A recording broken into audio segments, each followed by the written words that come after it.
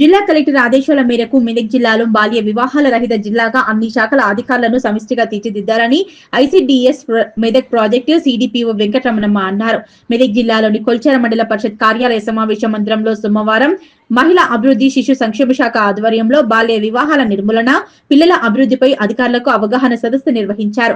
ఈ కార్యక్రమానికి ముఖ్య అతిథిగా తహసీల్దార్ శ్రీనివాసాచారి హాజరై మాట్లాడుతూ విద్యతో ఎంతో ఉన్నతంగా రాణించవచ్చని తల్లిదండ్రులకు తెలియపరచాలన్నారు.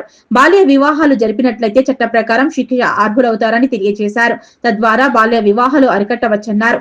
మెదక్ సిడిపిఓ వెంకటరమణమ్మ మాట్లాడుతూ బాల్య వివాహాలు జరిగితే అంగన్వాడీ, ఆశా, పంచాయతీ కార్యదర్శులదే బాధ్యత అని హెచ్చరించారు. జిల్లాను బాల్య వివాహాలు జరిగిన జిల్లాగా మార్చాలన్నారు.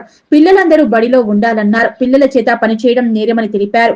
కిషోర బాలికలకు సంబంధించిన వివరాలు బిఎల్ఓల దగ్గర ఉండాలన్నారు. కిషోర బాలికలు ఎక్కడ చదువుతున్నారో, ఏం చేస్తున్నారో అన్న విషయాలను తప్పనిసరిగా సేకరించాలని సూచించారు. ఈ సందర్భంగా డబ్ల్యూడి, సిడబ్ల్యూ, ఐసిడిఎస్ ఆధ్వర్యంలో ర్యాలీ నిర్వహించి ప్రతిజ్ఞ చేయించారు. ఈ కార్యక్రమంలో MPDO Rafikunisa, MPO Krishnaveni, MEO Satyanarayanaraju, APM Lakshminarayana, ICDS supervisor Sasikala, child welfare coordinator Gangadhar, vision NGO coordinator Raju, Sailaja, anganwadi panchayat సెక్రటరీలు, వివిధ శాఖల అధికారులు పాల్గొన్నారు.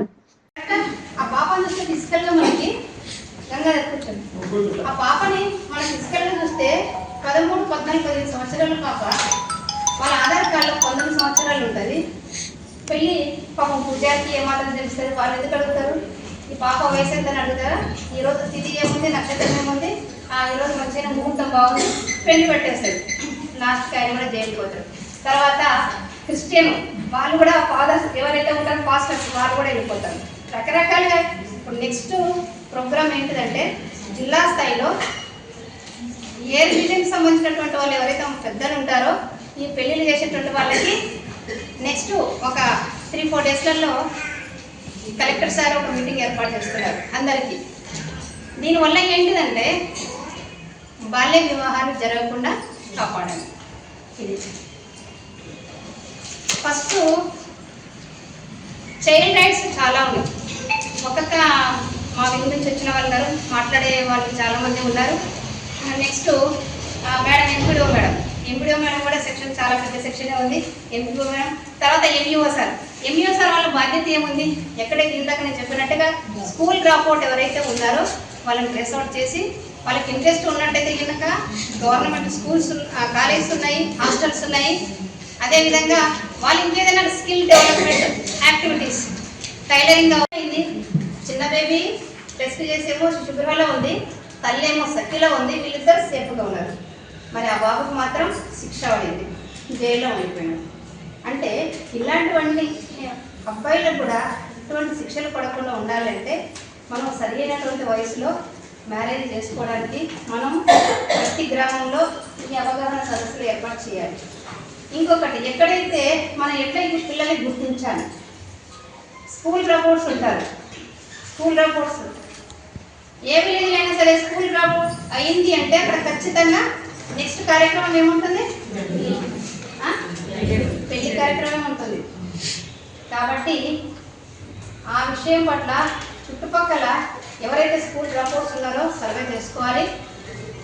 అంగన్వాడీ టీచర్స్, అదేవిధంగా గ్రామ కార్యదర్శులు, ఇంకొకటి ఐకేకి సంబంధించినటువంటి వివోలు ఉంటారు, ఆర్పీలు ఉంటారు. వివోలు అంటారు కదా, ఆర్పీలు ఉంటారు. అందరికీ బాధ్యత ఉంది. ఇక్కడ నేను పేరుని చెప్తున్నా.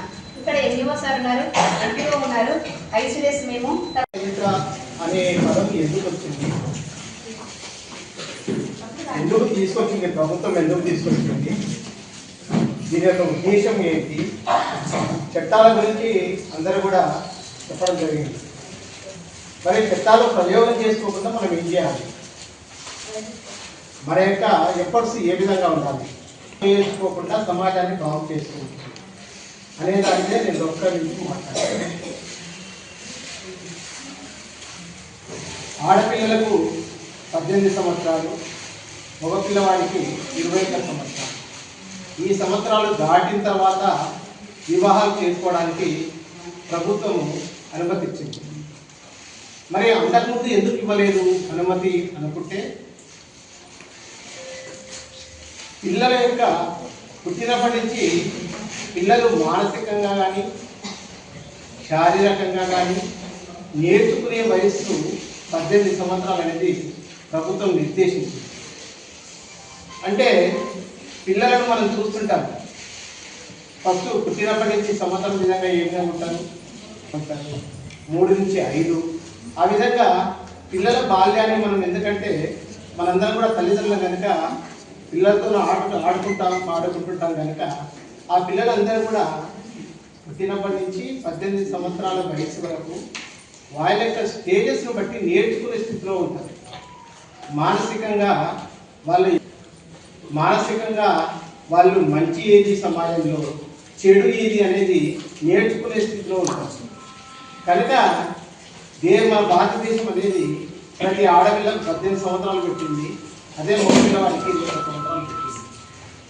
మరి ప్రభుత్వాలు ఇంతగానే చెప్తున్నప్పటికీ కూడా మరి వివాహాలు ఎందుకు తల్లిదండ్రులు 18 సంవత్సరాలు నిండక ముందే జరిపిస్తున్నారు అనేది కూడా మనం ఆలోచించాలి. ఎందుకు జరుగుతున్నాయి అంటే సమాజంలో ఉన్నటువంటి కొంత బ్యాక్లాగ్స్ కూడా ఉన్నాయి. ఏ విధంగా ఉన్నాయి? పేదరికం ఒకటి, తర్వాత ఆడపిల్లలను చూస్తే లైంగికమైనటువంటి సమస్యల వల్ల కొంత తల్లిదండ్రులు భయపడుతుంది. మా పిల్లను 10th చదువుతుంది, 10th చదివినారు, ఇంటర్ పంపించాలంటే ఏమవుతుందో తెలియదు, ఆడపిల్ల ఎదిగింది అనే ఒక భయము తల్లిదండ్రుల్లో పెరిగిపోయింది మన భారతదేశంలో ముఖ్యంగా. అది ఎక్కడ అంటే పల్లెటూరు వ్యవస్థలో చాలా ఎక్కువగా ఉంది. మరి మనం ఎందుకయ్యా ప్రభుత్వం మనకి ఎందుకు ఇచ్చింది? తల్లిదండ్రుల వైపు ఆ విషయాల మీద స్పష్టమైనటువంటి అవగాహన ఇవ్వాల్సిన బాధ్యత ఉద్యోగస్తులుగా మనకు. అయ్యా ఈ విధంగా ఉండండి,